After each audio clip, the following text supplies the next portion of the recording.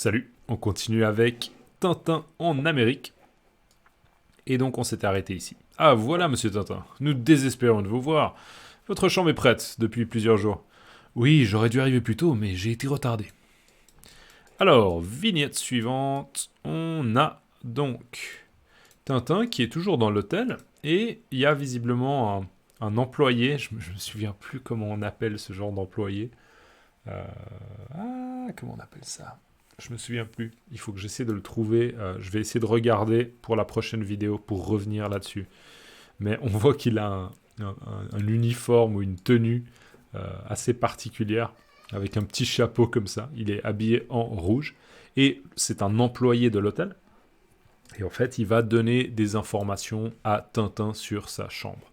Là, toutefois, on voit un homme qui est en train de lire un journal et qui est assis sur un fauteuil. Ça, c'est ce qu'on appelle un fauteuil bleu.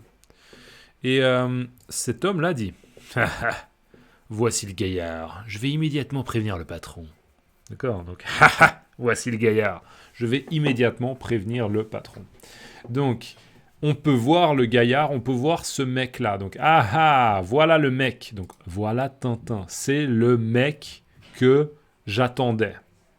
Je vais immédiatement prévenir le patron. Alors maintenant, vous êtes des professionnels du verbe prévenir. J'ai même plus besoin d'expliquer. Ça veut dire transmettre des informations. D'accord ? Donner des informations à quelqu'un sur quelque chose. Informer quelqu'un de quelque chose. Prévenir.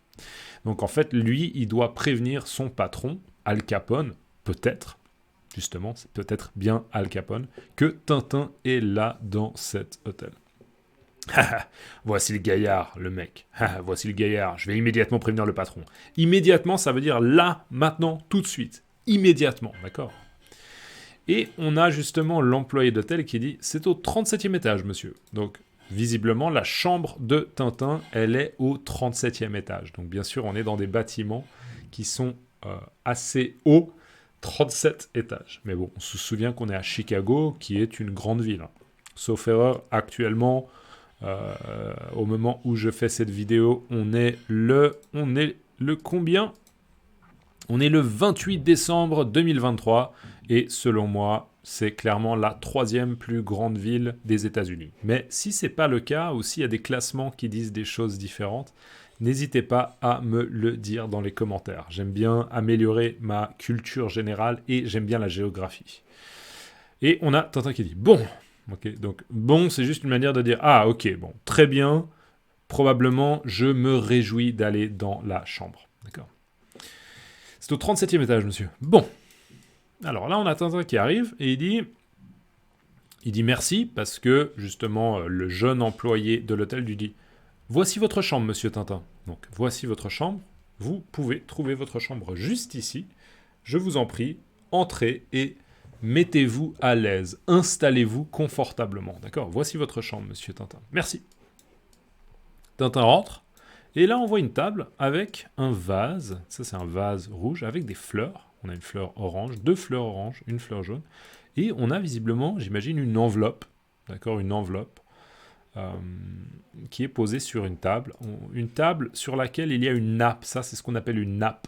D'accord ? Souvent, on pose une nappe pour que ce soit plus joli, ou des fois pour protéger la table. D'accord ? Une nappe.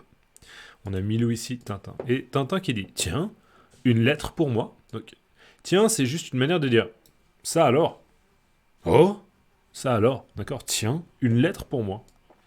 Donc, Tintin est surpris de voir une lettre. Donc, dans l'enveloppe, on imagine qu'il y a une lettre, et Tintin est surpris. D'accord ? Il ne s'attendait pas à avoir une lettre à son arrivée dans la chambre. Il n'avait pas anticipé cela.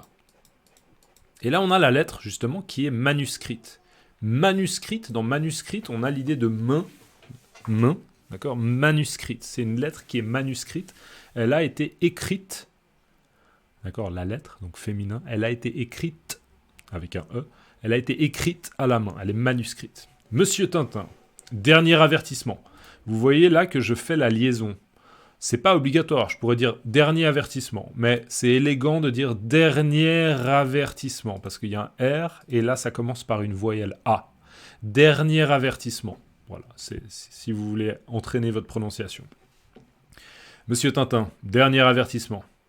Il y a un train pour New York demain à 11h55. Là, il y a un paquebot en partance pour l'Europe. Si demain à midi, vous n'avez pas quitté Chicago, votre vie ne vaudra pas... Et moi, là, je lis lourd. Lourd, comme léger, lourd. D'accord ? Par exemple, 500 kilos, c'est lourd. Moi, c'est ce que je lis. Bref, on va lire ensemble. Alors déjà, on voit un zoom sur le pouce de Tintin, le pouce. D'accord ? D'ailleurs, n'hésitez pas à mettre un pouce bleu. N'hésitez pas à liker la vidéo si vous appréciez mes vidéos. Ça m'aide. Donc ça, c'est le pouce de Tintin. Et on voit, ça, c'est son ongle. D'accord ? Un ongle. Se couper les ongles.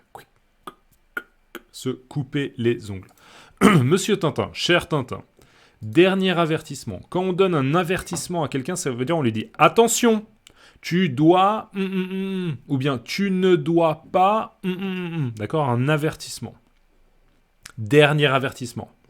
Il y a un train pour New York demain à 11h55. Donc ça veut dire, là vous êtes à Chicago, mais vous pouvez prendre un train qui va à New York demain à 11h55. Là, donc ça c'est sous-entendu. Ensuite, à New York, il y a un paquebot. Un paquebot, c'est un gros bateau, un énorme bateau avec une... Si vous regardez One Word Input, on l'a eu il y a quelques mois, à l'époque, durant la période de Noël, le Père Noël, il passe par une cheminée. D'accord ? Souvent, les paquebots, ils ont des espèces de grosses cheminées comme ça, avec des gros nuages de fumée qui sortent, et ils font un peu... C'est un peu bizarre comme paquebot. Ok, enfin bref, un paquebot, un gros bateau qui transporte souvent de la marchandise, mais aussi des personnes. Donc là, il y a un paquebot en partance. Dans partance, on a le fait de partir, d'accord ? Partir, quelque part, en partance. Avec comme destination l'Europe. En partance pour l'Europe, d'accord ? Si demain, à midi, vous n'avez pas quitté Chicago, votre vie ne vaudra pas... Donc là, moi, je comprends. Tintin, c'est le dernier avertissement. Je vous ordonne, d'accord, je vous donne l'ordre d'aller à New York. Ensuite, quand vous êtes à New York, vous prenez un paquebot et vous allez en Europe. Et si vous ne le faites pas, donc si demain à midi, vous n'avez pas quitté Chicago, votre vie ne vaudra plus rien. Et vous allez mourir, d'accord ? Vous n'allez pas survivre, je vais vous tuer.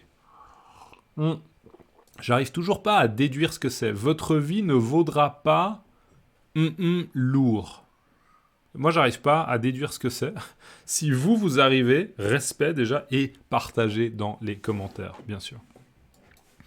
Et là, on a Tintin qui prend la lettre et qui la déchire. D'accord ? D'accord, il déchire soigneusement la lettre en petits morceaux et dit « Voilà, monsieur Al Capone, ce que je fais de vos menaces. » D'accord ? Donc, on est d'accord que ça, là, cette lettre, ce sont des menaces. C'est un peu, en gros, « Je vais te buter, je vais te tuer, je vais te buter. » D'accord ? Pardon. Je fais un peu le psychopathe. « Je vais te buter. » Ok, je vais te buter. Buter, c'est vulgaire. En tout cas, très familier, je vais te tuer. D'accord ? En gros, tu vas te faire tuer. C'est une menace. D'accord ? Donc, monsieur Al Capone, voilà ce que je fais de vos menaces. Votre lettre qui contient des menaces, voilà ce que j'en fais. D'accord ? Voilà ce que je fais de vos menaces.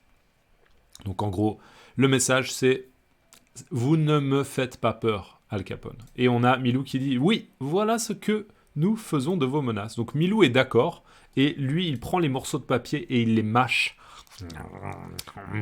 Ok, il les mâchouille. Mâchouiller, mâcher, mâchouiller. On arrive à la fin de la vidéo. Dans les commentaires, mettez-moi en partance pour. Ça, c'est un bon terme. En partance pour. D'accord ? Donc, en partance pour. Avec comme destination. En partance pour. Et n'oubliez pas de liker la vidéo si vous pouvez, j'apprécie à fond. À la prochaine. Ciao.